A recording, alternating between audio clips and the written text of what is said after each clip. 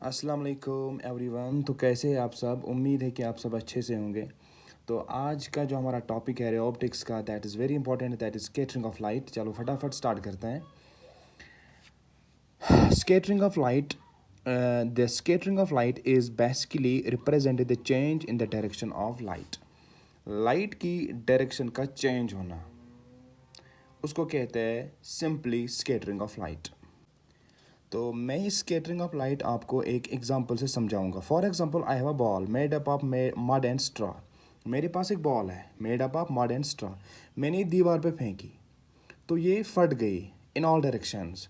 तो मैं बोलूँगा ये जो बॉल है ये स्केटर हुई, स्केटरिंग ऑफ बॉल, ये फट गई इन ऑल डायरेक्शंस में। तो अगर हम अब समझिए स्कैटरिंग ऑफ लाइट किसको कहते हैं, यहाँ पे लाइट की बात हो रही है। तो जब सन से लाइट आ रही है, एटमॉस्फेयर में बहुत सारे पार्टिकल्स होती है, water droplets, dust particles etcetera. तो सनलाइट जब उन पे पड़ती है तो उनसे कोलाइड होकर ये स्केटर हो जाती है बहुत सारे डायरेक्शंस में। तो लाइट की जो डायरेक्शन है वो चेंज हुई इन वेरियस डायरेक्शंस। ठीक है, तो I will simply say this is scattering of light. So that is why here is written the scattering of light is basically the represented change in the direction of light. Light की direction का change होना। तो simply मैंने example भी दे दी आपको, atmosphere में भी आपको समझाएं कि स्कैटरिंग ऑफ लाइट कैसे होती है।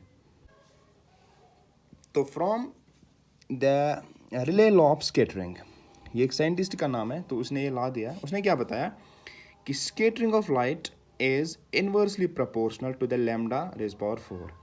यानी कि जिस लाइट रे की वेवलेंथ कम होगी वो स्केटर ज़्यादा होगी, या जिस लाइट रे की वेवलेंथ ज़्यादा होगी वो स्केटर कम होगी। इसको कहते हैं relay law of scattering.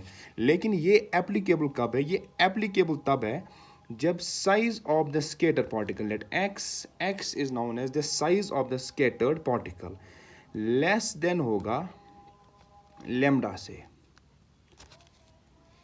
Size of the scattered particle is less than, it should be less than lambda. जब ये वाली कंडीशन होगी तब जाके ये लॉ वर्क करता है। ठीक है, तब जाके ये लॉ एप्लीकेबल है। अगर size of the scattered particle greater होगा लेमडा से, तब जाके ये लॉ फिर वर्क एप्लीकेबल नहीं होता है। तो ये बात आपको दिमाग में रखनी होगी, ये एप्लीकेबल कब है, ये एप्लीकेबल कब नहीं है। X scattered particle, lambda wavelength of the light रे। तो ये आपको अच्छे से पता है। अब अगर हम रेड की बात करेंगे, रेड की जो वेवलेंथ है वो सबसे ज़्यादा है। अगर रेड की वेवलेंथ ज़्यादा है तो स्कैटर्ड क्या होगी? कम। तो आपने पढ़ा है ना वो विबगोयर, VIBGYOR,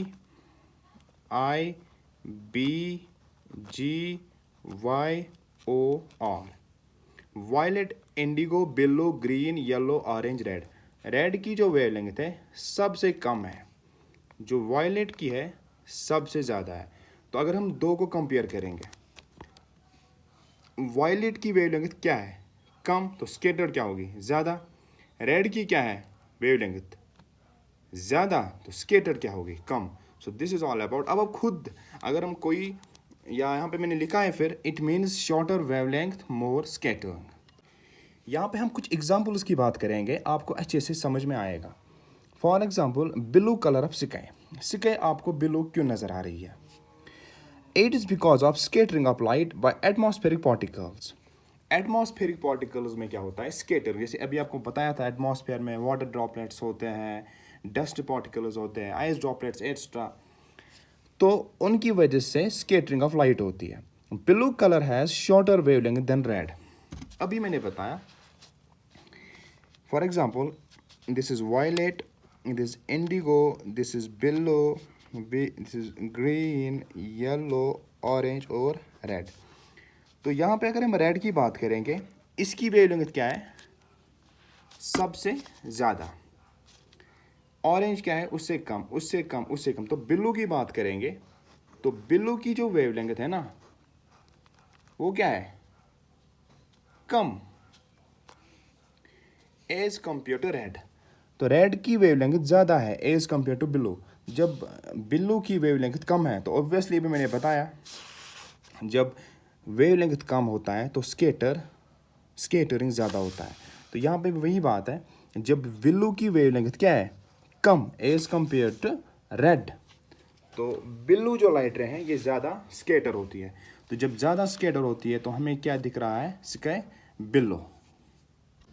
we have one more question, white colour of clouds, clouds white क्यों होता है?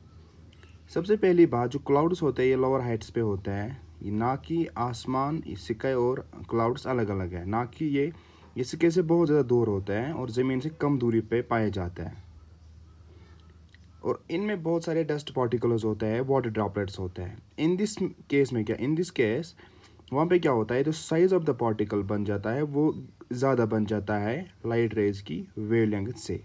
मैंने आपको बताया था x is greater than wavelength. जो ये x है ना, यहाँ पे रिले लॉ फॉलो नहीं होता है, वो क्या था, स्केटरिंग इज इन्वर्सली प्रोपोर्शनल। तो रिले लॉ था हमारे पास, scattering is inversely proportional to the wavelength, यानी जितनी ज़्यादा वेवलेंथ उतनी कम स्केटरिंग। और वो लॉ एप्लीकेबल तब था जब x का साइज लेस देन लैम्डा होता है, लेकिन क्लाउड्स में क्या होता है, यहाँ पे x का साइज ग्रेटर देन होता है वेवलेंथ से, और जब x का साइज ग्रेटर देन होता है लैम्डा से, तो सारे जो वेवलेंथ है वो इक्वली स्केटेड हो जाती है। जो सारे लाइट्स होते हैं ना वो इक्वली स्केटेड हो जाती है, जैसे VIB ये इक्वली सारे VIBGYOR, violet, indigo, blue, green, yellow, orange, red, सारे इक्वली स्केटर होती है। तो वहाँ पे कोई पर्टिकुलर लाइट रे स्केटर नहीं होती है, सारे इक्वली होता है, तो इसकी वजह से हमें सेंसेशन ऑफ वाइट मिलता है, तो क्लाउड्स हमें वाइट दिखने लगते हैं। Let us talk one more example of scattering of light, that is a reddish appearance of sun at sunrise and sunset. तो सनराइज और सनसेट के दौरान हमें सन रेड क्यों नज़र आता है? तो बस आपको एक ही चीज़ दिमाग में रखनी है, ध्यान से सुनना। सनराइज और सनसेट के दौरान सन बहुत ज़्यादा दूर होता है, बहुत ज़्यादा डिस्टेंट होता है अर्थ से। जब डिस्टेंट होता है अर्थ से सनराइज और सनसेट के दौरान मीन्स की वेवलेंथ ज़्यादा बन जाती है रेड की। तो जब वेवलेंथ ज़्यादा बनती है रेड की तो वो स्कैटर बहुत ही ज़्यादा कम होती है। तो वहाँ पे बहुत सारे और भी कलर्स है, जैसे वेबगायर है। फॉर एग्जांपल आपको मैं समझाऊंगा ऐसे, देखो मैं आपको समझाऊंगा हमें रेड क्यों नज़र आता है। ये violet, indigo, blue, green, yellow, orange, red, the band of 7 colours is known as spectrum, you all know about that.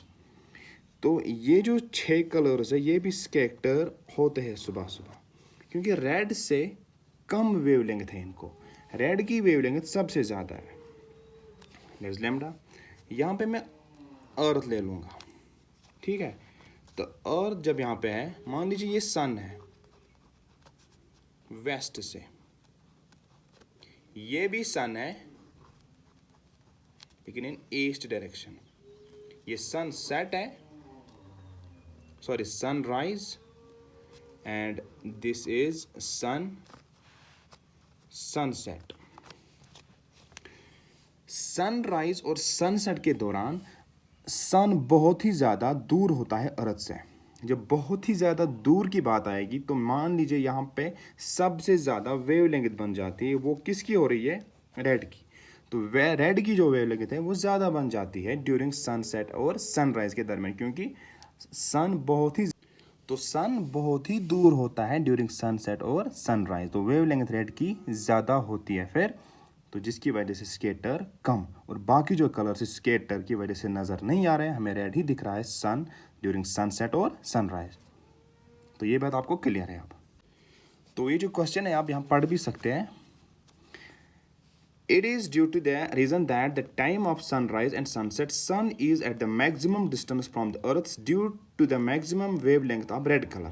तो ये बात क्लियर है, रेड की जो वेवलेंथ क्या है, ज़्यादा बनती है। This distance can be achieved by the red color, क्यों, वेवलेंथ ज़्यादा ही होती है ना। Therefore, sun appears reddish at the time of sunset and sunrise. So we have one more question here. Why danger signals are made red? इसलिए red क्योंकि आपको red वाली light रे, अब शाम के टाइम देखना, आप जहाँ भी देखोगे ना रेड वाली लाइट रे आपको दूर से नज़र आएगी। हमें टावर्स की बात करेंगे, उन पे ऊपर वो डेंजर होता है, लेकिन वहाँ पे एक लाइट रे होती है रेड, वो हमें दूर से नज़र आती है। अगर एम्बुलेंस रास्ते चलेगी शाम को, हमें रेड लाइट दूर से नज़र आएगी। सिंपल सी बात है, रेड की जो वेवलेंथ है वो सबसे ज़्यादा है। जब वेवलेंथ ज़्यादा है तो स्कैटर्ड कम ही होती है, तो ये ज़्यादा मसला ही नहीं है। It is due to the reason that the red color has maximum wavelength. It can be seen that from the larger distance. That is why dangerous.